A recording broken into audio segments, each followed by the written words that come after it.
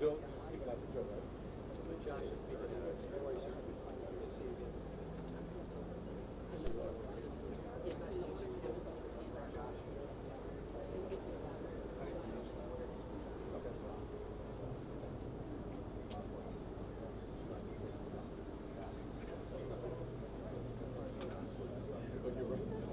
Good morning. We're about to get started and brief you on the events as we know them that happened this morning.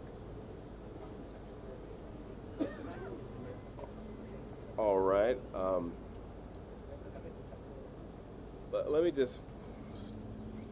me start off by saying that I'm a person who believes very, very strongly in the power of prayer, and that prayer changes things. And so I'm going to ask everyone, please join me in praying for the families of the folks who lost their lives today. Pray for the speedy recovery for those who are hurt and were injured in what happened today. But maybe even more to the point, we're a country and a city that needs prayer. So I'm going to ask you all to join me also in praying for this city, that we can come together at a time like this, and that we can be there for one another the way we always have in times like this, to support one another, help us all get through this very difficult time, not just in our city, but in our country. And that's why I'd ask you to pray for our nation. There's a lot going on right now in our country. A lot of it's confusing. It's a scary time. I've got children. I've got 3 young children, and I'm here to tell you that it is challenging to explain to them what's going on in our country right now. But I said before, and I'll say it again, I believe in the power of prayer to change things, and it can change the hearts of people.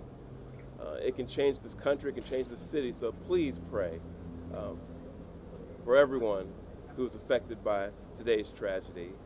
I also want to say thank you to the Dallas Police Department, and say thank you to the Dallas Sheriff's Department, Dallas County Sheriff's Department, Texas Department of Public Safety, and all of our various federal law enforcement partners who acted so quickly today to make sure that today's tragedy wasn't worse than what it was. So on behalf of the city of Dallas, I want to say thank you to all of you. And you're going to hear from some of those folks later, but I wanted to let you know that we appreciate what you all do, not just today, but every day, to help keep us all safe. And lastly, and this is really important, I would ask all of the city of Dallas residents who can hear me right now, let's be patient, let's remain calm, and let's let our law enforcement partners, our police department, do their job. This is an active investigation. There's still a lot of unanswered questions, and I want to encourage all of you to exercise a little bit of restraint and allow them to do their job to help make sure this continues to be a safe city, and that they can help us figure out what happened here today. But with that, I want to say, again, thank you to all the folks who came out this morning from our law enforcement community. I'll turn it over to our police chief, Daniel Como, to speak a little bit more directly to the investigation itself. And with that, Chief Como, thank you. Thank you, Mayor. Today at approximately 6:40 a.m., we received a assist the officer call. We responded to the call, got to the scene, and we later learned that we had 4 individuals that were shot, 2 of them deceased, including the shooter. The DPD quickly was able to locate the shooter, who was deceased. We're going to be working this investigation shoulder to shoulder with our federal partners. The FBI is on scene, and right now I'm going to introduce you to the SAC of the Dallas Field Division, FBI Joe Rumrock. Yeah, good morning. My name's Joe Rothrock. I'm the special agent in charge of the Dallas FBI Field Office. I want to first start by thanking our partners in local law enforcement, specifically the Dallas Police Department, for their quick and timely response. I can confirm at this time that the FBI is investigating this incident as an act of targeted violence. It is unfortunately just the most recent example we've seen of targeted violence, to include here in North Texas, where back on July 4th, we saw a coordinated attack carried out against an immigration detention center in Alvarado, Texas. What I can also share with you is that early evidence that we've seen from rounds that were found near the suspected shooter contain messages that are anti-ICE in nature. Again, this is just the most recent example of this type of attack. This will be a whole of government response. There will be no resource not utilized to bring all those individuals who are responsible to bring them to justice and to hold them accountable. While we're not releasing identities of any victims at this time, what I can confirm for you is no members of law enforcement were hurt during this attack. If any member of the public has information that would help the FBI's investigation, I would ask that you please report that to 1-800-CALL-FBI. Again, any piece of information will be helpful, but this will be an ongoing investigation between us, a number of federal partners, and our local partners, again, to ensure that anyone responsible is held accountable. With that, I will turn it over to my counterpart from the ICE Enforcement and Removal Office. Good morning. My name is Joshua Johnson. I'm the acting field office director for ICE Dallas. I'll be brief with my comments, but I do want to start off by saying thank you to the Dallas Police Department, Dallas FBI, HSI, CBP, ATF, and virtually every law enforcement officer in North Texas for your support. This is the second time I've had to stand in front of you and talk about a shooter at one of my facilities, and I think that the takeaway from all of this is that the rhetoric has to stop. There are people out there who are seeing what is being placed online, and they're coming and they're doing acts of violence against ICE employees. So that's kind of all I have for today, is that it's just got to stop. It's dangerous, and people are losing their lives. Thank you. Thank you all so much for coming. We really appreciate it. Again, thank you all so much. As it was said here today, if you do have any information, reach out to 1-800-CALL-FBI. Thank you. Thank you. This needs to stop. Violence is wrong. Politically motivated violence is wrong. It was 2 weeks ago today that we saw a political assassination in Utah that tore the heart out of much of this country.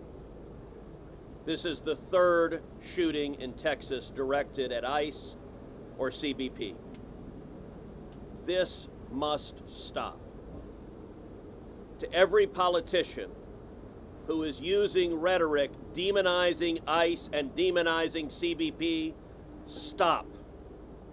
To every politician demanding that ICE agents be doxxed and calling for people to go after their families, stop. This has very real consequences. Look, in America, we disagree, that's fine, that's the democratic process, but your political opponents are not Nazis.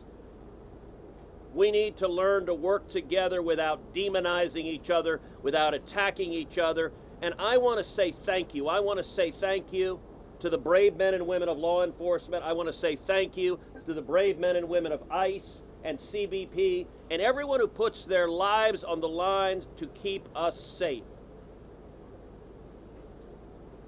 The divisive rhetoric tragically has real consequences. I hope that every one of us will pray, number one, for the safety of law enforcement that are risking their lives to keep us safe.